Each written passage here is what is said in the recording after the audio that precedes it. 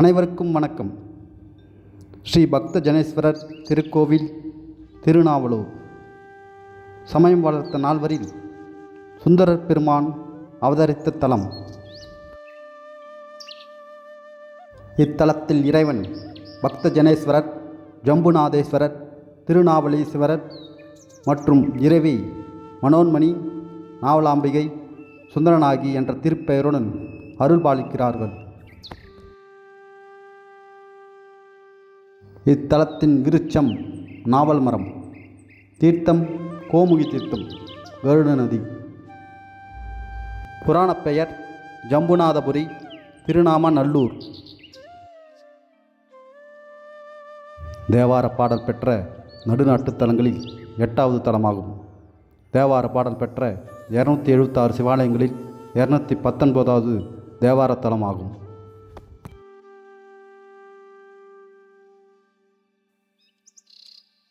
இத்தலத்தில் இறைவன் சுயம்புமூர்த்தியாக அருள்பாலிக்கிறார். பங்குனி மாதம் 23 முதல் 27ஆம் நாள் வரை சூரியனின் ஒளிக்கதிர்கள் கருவறை நுழைந்து மூலவர் மீது படுகின்றன. சுந்தரர் அவதரித்த தலம். சுக்கிரன் வழிபட்ட சிவதலம். இங்கு தட்சாமூர்த்தி ரிஷப வாகனத்தில் நின்ற கோலத்தில் உள்ளார். இவர் பூராட நட்சத்திரத்திற்கு உகந்தவர். இவர் சுந்தரருக்கு காட்சியளித்தவர். இந்த பக்த ஜனேஸ்வரர் ஆலயம் மிகவும் பழமையானது. சுந்தரமூர்த்தி சுவாமிகளை நமக்கு தந்த அரிய தலம். அம்பாள் விரிசட கோலத்தில் தியான சுரூபமாக உள்ளார் என்பது சிறப்பு. பிரம்மா, விஷ்ணு, பார்வதி, சண்டிகேஸ்வரர், இந்திரன், அஷ்டதிக்பாலகர்கள், சூரியன், சுக்கிரன், கருடன், சப்த ரிஷிகள் ஆகியோர் இத்தலத்தில் வழிபட்டுள்ளனர். 5 அடுக்கு ராஜகோபுரமும் 2 பிரகாரமும் கொண்ட இக்கோவிலின் முதல் பிரகாரத்தின் வலது பக்கத்தில் பறவை நாச்சியார், சங்கிலி நாச்சியார் ஆகியோருடன் சுந்தரருக்கு தனி சன்னதி உள்ளது. பொதுவாக நவகர்களின் நடுவில் உள்ள சூரியன் கிழக்கு நோக்கி இருப்பார். ஆனால் இங்கு சூரியன் மேற்கு நோக்கி உள்ளார். இவர் இறைவனை தரிசிப்பதாக ஐதீகம்.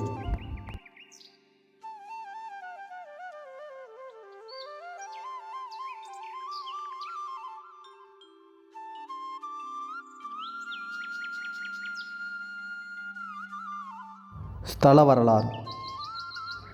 அமிர்தத்தை கடைந்த காலத்தில் வாசுகி என்ற நாகத்தின் நஞ்சை இறைவன் சாப்பிட்டு நஞ்சு விந்தாக மாறி பூமியில் விழுந்து நாவல் மரங்களாக முளைக்கப்பெற்றது. ஜம்புவனம் என்ற பெயரில் இந்த இடத்தில் இறைவன் தானாக தோன்ற பெற்று 4 யுகங்களுக்கு முன்பே இங்கு இறைவன் இருந்ததாக சொல்லப்படுகிறது. ஆரம்ப காலத்தில் கர்ப்பகிரகம் மட்டும் முழுவதும் கல்லால் அமைக்கப்பட்டுள்ளது. பின்பு சேர, சோழ, பாண்டிய, பல்லவ மன்னர்களால் பெரிய அளவில் விரிவுபடுத்தப்பட்டுள்ளது. இது மிக பழமையான கோவிலாகும். ஜம்புநாதேஸ்வரர் என்று வழங்கி வந்த காலங்களில் சுந்தரர் ஜம்பு என்ற வடமொழி பெயரை நாவல் என்று அழைத்து திருநாவலீசன் என்று ஈசனையும், திருநாமநல்லூர் என்று ஊர் பெயரையும் பாடலில் அழைத்துள்ளார்.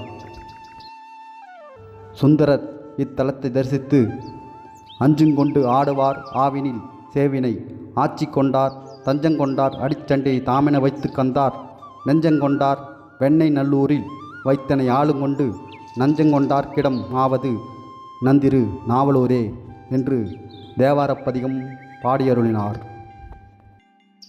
இத்தலத்தில் தட்சாமூர்த்தி ரிஷபவானத்தில் நின்ற கோலத்தில் உள்ளார்.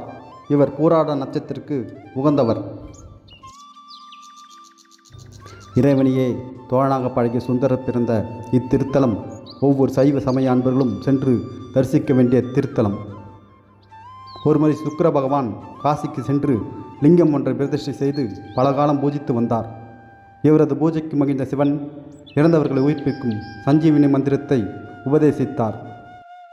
இதை அறிந்த அசுரர்கள் சுக்கிரனை தங்கள் குலகுருவாக ஏற்றுக்கொண்டார்கள். தேவ அசுரர் போர் ஆரம்பமானது.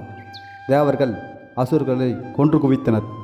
ஆனால் இறந்த அசுரர்களை எல்லாம் சுக்கிரன் தன் சஞ்சீவின மந்திரத்தால் உயிர் பிழைக்க செய்தார். வாய்ந்து போன தேவர்கள் சிவபெருமானிடம் முறையிட்டார்கள். சிவன் சுக்கிரனை அழைத்து அவரை விழுங்கிவிட்டார்.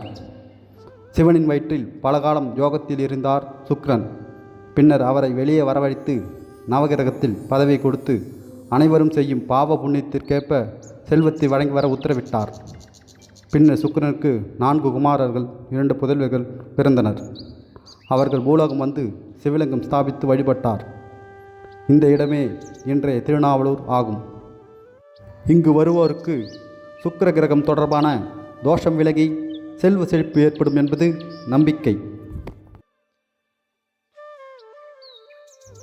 பிரம்மா, விஷ்ணு, சண்டிகேஸ்வரர், சப்தரிஷிகள், கருடன், சுந்தரர், சடையநாயனார், இசைஞானியார், நரசிங்க முனைவர் வழிபட்ட திருத்தலம். சிவப்பிரியர் என்பவர் சிவனை பூஜித்து சண்டிகேஸ்வரர் பதவி பெற்றதும், ஆதிசேஷன் உமிழ்ந்த நஞ்சினால் கருநிறமடைந்த கருடன் சிவனை பூஜித்து விஷம் நீங்கியதுமான தலம். கிருதயுகத்தில் விஷ்ணு வழிபட்ட லிங்கம், திரேதாயுகத்தில் சண்டிகேஸ்வரர் வழிபட்ட லிங்கம், துவாபர யுகத்தில் பிரம்மா வழிபட்ட லிங்கம், கலியுகத்தில் சுந்தரர் வழிபட்ட லிங்கம் இங்கு உள்ளது. அருணகிரிநாதர் இத்தல முருகப்பெருமானை திருப்புகழ் பாடியுள்ளார்.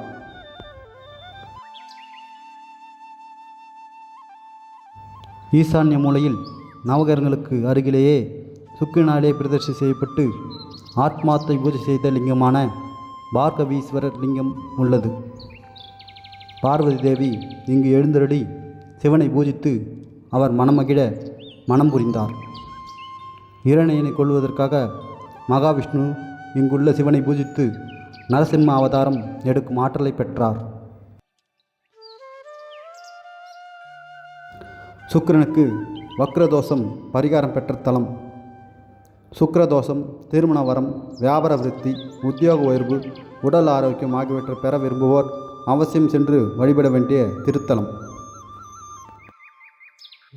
இத்தலத்தை வந்து தரிசித்தால் மனதுக்கு நிம்மதியும், வாக்குவன்மையும், கல்வி கேள்விகளில் சிறந்து விளங்கும் ஆற்றலும் ஈசனின் அருளும் கிடைக்கும்.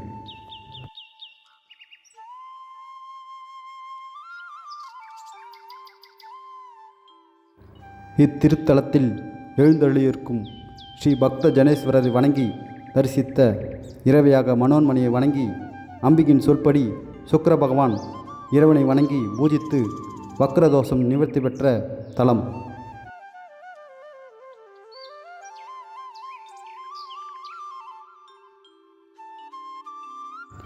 வெள்ளிக்கிழமைகளில் வெண்தாமரை பூவினாலும் வெண்பட்ட வஸ்திரம் அணிவித்து வெண்மொச்சி நிவேதனம் செய்து வெண்ணெயால் தீபம் போட்டு வழிபாடு செய்யும் பக்தர்கள் தங்கள் எண்ணப்படி எண்ணங்கள் தடங்களின்றி நிறைவேறப்பெறுவார்கள். 3 மஞ்சள் 3 எலுமிச்சப்பழம் வைத்து குங்கும அர்ச்சனை செய்து பழத்தை பெற்று சென்றால் மங்கள காரியம் நிறைவேறும் என்பது நம்பிக்கை. சுவாமிக்கு நல்லெண்ணெய், மஞ்சள் பொடி, மாப்பொடி, பால், தயிர், பழ வகைகள், கரும்புச்சாறு, தேன், இளநீர், பஞ்சாமிர்தம், சந்தனம், பன்னீர், திருநீர் ஆகியவற்றால் அபிஷேகம் செய்யலாம். புலந்த தூய வஸ்திரம் சாத்தலாம். வேட்டியும் அம்பாளுக்கு மஞ்சள் பொடி அபிஷேகமும் புடவை சாத்துதல் ஆகியவற்றையும் செய்யலாம். கோவிலுக்கு வரும் பக்தர்களுக்கு அன்னதானம் செய்வது சிறப்பு.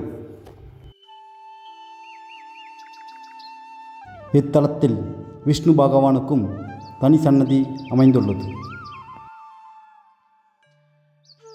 சுக்கிரனும் விஷ்ணுவும் இறைவனை வழிபடும் திருக்காட்சி. இத்தலத்தில் காமிக ஆகமத்திலுள்ள விதிமுறைகளுக்கு ஏற்ப வழிபாடுகள் நடைபெறுகின்றன. சுந்தரர் ஜனன விழா ஆவணி மாதம் உத்திர நட்சத்திரம் நாளன்று விழா மிகவும் சிறப்பாக நடைபெறும். சுந்தரரின் குரு பூஜை விழா ஆடி சுவாதின நட்சத்திரத்தன்று நடைபெறும். சித்திரை தேர் திருவிழா 15 நாட்கள். சித்திரை புத்தாண்டு நாளில் பஞ்சமூர்த்திகளுக்கும் சுந்தரமூர்த்தி சுவாமிகளுக்கும் உபயதாரர்களின் உதவியுடன் அபிஷேக ஆராதனைகள் நடைபெறும். ஆடி மாதம் பூரம் நட்சத்திரத்தன்று மனோன்மணி அம்மனுக்கு சிறப்பு வழிபாடும் உற்சவருக்கு ஊஞ்சல் உற்சவமும் நிகழும். வாரந்தோறும் செவ்வாய், வெள்ளி ஆகிய கிழமைகளில் துர்க்கை, மனோன்மணி அம்மனுக்கும் சிறப்பு வழிபாடுகள் நடத்தப்படும்.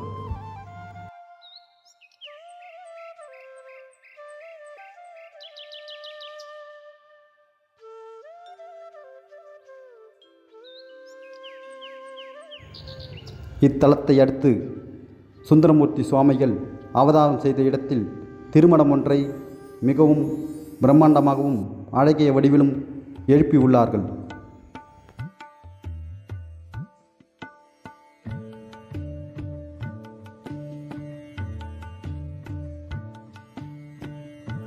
இது போன்ற பதிவுகள் பிடித்திருந்தால் நம்ம சேனலை சப்ஸ்கிரைப் பண்ணுங்கள், லைக் பண்ணுங்கள், ஷேர் பண்ணுங்கள்.